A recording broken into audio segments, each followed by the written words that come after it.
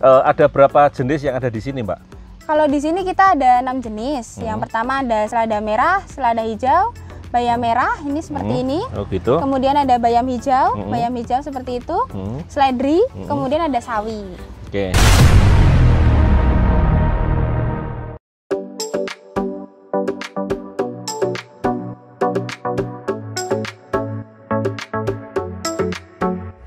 Mitra-mitra, sahabat-sahabat agro dimanapun Anda berada, kali ini tim NASA berada di Yogyakarta untuk meliput tentang microgreen, ya, microgreen yang sekarang lagi viral di beberapa tempat dan banyak peminatnya. Baik, kita bersama saya ada Mbak Ida, ya, yang selaku pengelola di sini. Boleh diceritakan dulu, Mbak, Mbak, tempatnya ini di mana?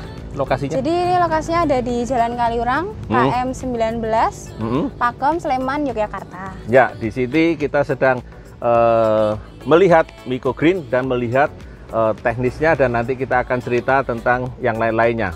Nah, mungkin bisa diceritakan, Mbak, bagaimana pembuatan microgreen ini? Ya, jadi microgreen ini sebenarnya tidak jauh berbeda ya dengan tanaman hidroponik. Bedanya adalah microgreen ini dipanen di usia antara 7 sampai 14 hari. Gitu, jadi masih mikro ya, makanya itu disebut microgreen gitu.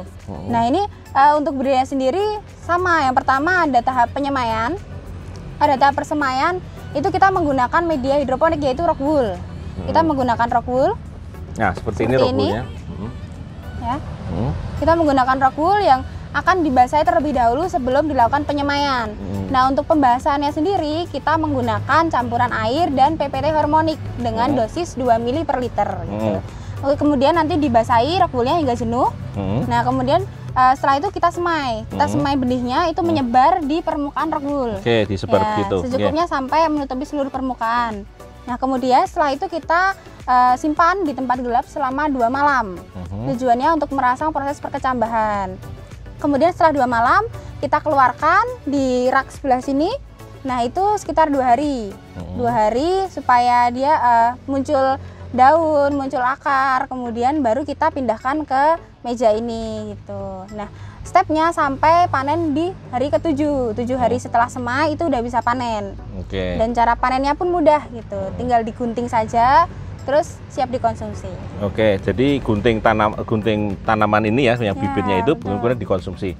Ada berapa jenis yang ada di sini, Mbak? Kalau di sini kita ada 6 jenis. Yang pertama ada selada merah, selada hijau, bayam merah, ini seperti ini. Oh gitu. Kemudian ada bayam hijau seperti itu. Seledri, kemudian ada sawi. Oke. Kemudian tadi kan pakainya rock wool ini adalah hormonik ya di awal ya. Nah kemudian untuk perawatannya pakainya apa, Mbak? Nah, untuk perawatannya kita pakai POC NASA. Nah caranya seperti apa? Jadi POC NASA ini kita gunakan untuk penyiraman. Penyiraman setiap hari, yaitu disiram di antara rock woolnya ini, Pak.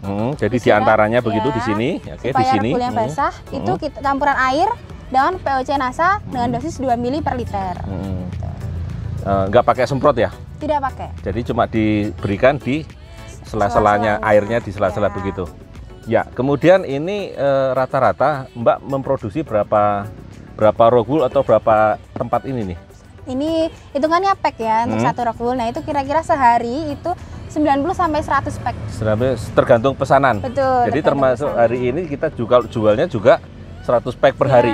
90 tergantung pesanan. Betul. Baik, kalau boleh tahu nih Mbak, ini harga satu rock wool ini atau satu pack ya? Ini berapa?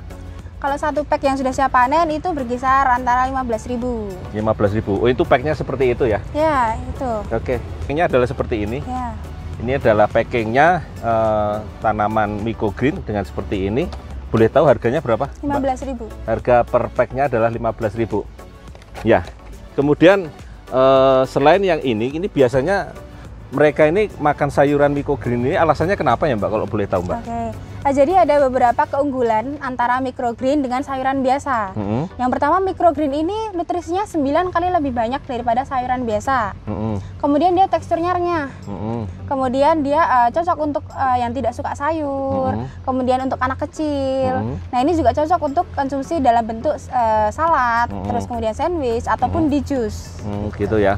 Jadi bisa bisa salad yang dalam bentuk segar ataupun di jus ya. Betul. Bagi yang tidak suka sayur, anak-anak dan mungkin di jus tadi ya, yang supaya baunya berbeda kan, yang antara yang masih kecil dengan yang sudah tanaman gede, misalnya seledri misalnya begitu kan, baunya agak menyengat kalau sudah besar ya, tapi kalau masih kecil nggak terlalu menyengat ya. Baik, ini tadi ada beberapa jenis, perlakuannya kira-kira sama ya Mbak ya? Sama. Baik yang di awal pembenihannya maupun di perawatannya? Ya, sama. Ya, kita lihat tadi ada yang memakai hormonik dan yang tidak memakai hormonik, ada perbedaannya ya. Nah, mungkin bisa dijelaskan Mbak Ida? Ya. Jadi kemarin kita sempat melakukan riset kecil-kecilan gitu, antara yang menggunakan hormonik dan juga tidak gitu. Karena hormonik ini sendiri kan dia mengandung zat perangsang tumbuh ya, seperti auksin, giberellin, sitokinin, yang dia bisa memacu perkecambahan, khususnya untuk pertumbuhan akar dan daun gitu. Nah, kemarin yang kita pakaikan hormonik itu bisa tumbuh dengan seragam dan juga sangat tumbuhnya tuh semuanya sama gitu. Merata gitu ya? Merata. Tingginya juga merata. Betul, sepertinya ya. Itu berapa hari Mbak umurnya? Kalau itu 2-3 hari. 2-3 hari sudah ada perbedaan. Gitu. Tanaman yang dipakai? Tanaman yang dipakai bayam merah dan juga ada tadi bayam hijau. Bayam merah dan bayam hijau. Ya. Oke. Kita lihat tadi yang perbedaannya yang tidak memakai hormonik ataupun yang memakai hormonik sangat nyata ya, di hari ketiga ya udah nyampaknya berbeda ya. Nah, kira-kira itu bisa dijual nggak Mbak yang tidak pakai hormonik? Oke, kalau untuk yang tidak pakai hormonik kan pertumbuhannya itu tidak seragam ya, tidak seragam dan banyak benih-benih yang tidak tumbuh bahkan gitu. Jadi jarang-jarang, tidak padat seperti ini. Oh gitu. Tidak rapat seperti ini. Nah, itu nanti tidak bisa dijual lagi. Jadi harus kita eliminasi dan ya itu nanti ganti yang baru ya. Ganti yang baru. Jadi kita akan rugi kalau dijual kurang lebih ya 15.000 lah kira-kira kalau satu satu paket dari satu rockwool ini ya, satu pack itu. Baik, kemudian apa tadi?